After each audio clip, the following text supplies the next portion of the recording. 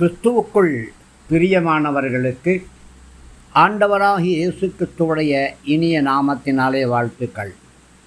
இயேசுவின் வாழ்க்கை வரலாறு என்ற தலைப்பிலே இன்றைக்கு கலிலேயாவிலே இயேசு அப்படிங்கிறத தியானிக்கிறோம்.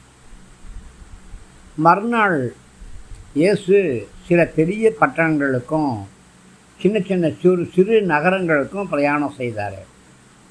தேவனுடைய ராஜ்யத்தை பற்றி நற்செய்தியை இயேசு கூறி மக்களுக்கு போதித்தார். பிரியமானவர்களே, பெரிய பட்டணமாக இருந்தாலும் சின்ன நகரமாக இருந்தாலும் கிராமமாக இருந்தாலும் இயேசுவோடைய சுவிசேஷம் கண்டிப்பாக சென்றாகணும்.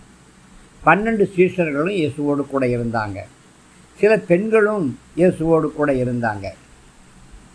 இயேசு இந்த பெண்களை நோயிலிருந்தும் பிசாசின் அசுத்த ஆவியின் பிடியிலிருந்தும் குணமாக்கினார். அந்த பெண்களில் ஒருத்தி மரியாள். அவள் மக்தலா அப்படிங்கிற நகரத்திலேருந்து வந்திருந்தாள்.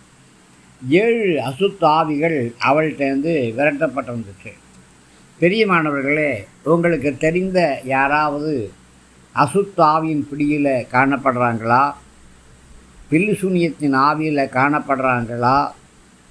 இயேசு அப்படிங்கிற நாமம் அவர்களுக்கு கண்டிப்பாக விடுதலை கொடுக்கும். உங்கள் பக்கத்தில் இருக்கிற ஒரு ஆவிக்குரிய சபையில் அல்லது உங்களுக்கு தெரிந்த ஒரு போதகரை நீங்கள் அழைத்து ஜெபிங்க. அந்த பெண், அந்த சகோதரன் பிசாசின் பிடியிலே சிக்கியிருந்த யாராக இருந்தாலும் இயேசு அப்படிங்கிற நாமத்தை சொல்லும் பொழுது பிசாசுகள் விலகி ஓடும். அந்த பெண்களோடு கூட ஏரோதுடைய பொருளாளர்களில் ஒத்தனாக இருந்தான். பேர் கூசா. அவன் மனைவி பேர் யோவன்னாள், அப்புறம் சூசன்னாள், அப்புறம் வேறு பல பெண்கள் இயேசுவோடு கூட இருந்தாங்க. இயேசுவுக்கும் அவருடைய சீஷர்களுக்கும் இவர்கள் தங்கள் பணத்தின் மூலமாக சேவை செய்தாங்க. பிரியமானவர்களே, கர்த்தருடைய ஊழியத்துக்கென்று நீங்கள் கொடுக்கிற காணிக்கைகள், தசமபாகங்கள், இதுவும் நீங்கள் செய்யக்கூடிய ஒரு ஊழியம்தான். தேவனுடைய ராஜ்யத்தை கட்டுவதற்கு, நகரங்களுக்கு கிராமங்களுக்கு கடந்து செல்வதற்கு, ஏழை பிள்ளைகளுக்கு உதவி செய்வதற்கு, திக்கற்ற பிள்ளைகளை காப்பாற்றுவதற்கு பணம் தேவை.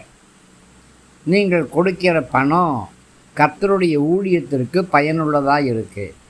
கர்த்தர் அதன் நிமித்தம் உங்கள்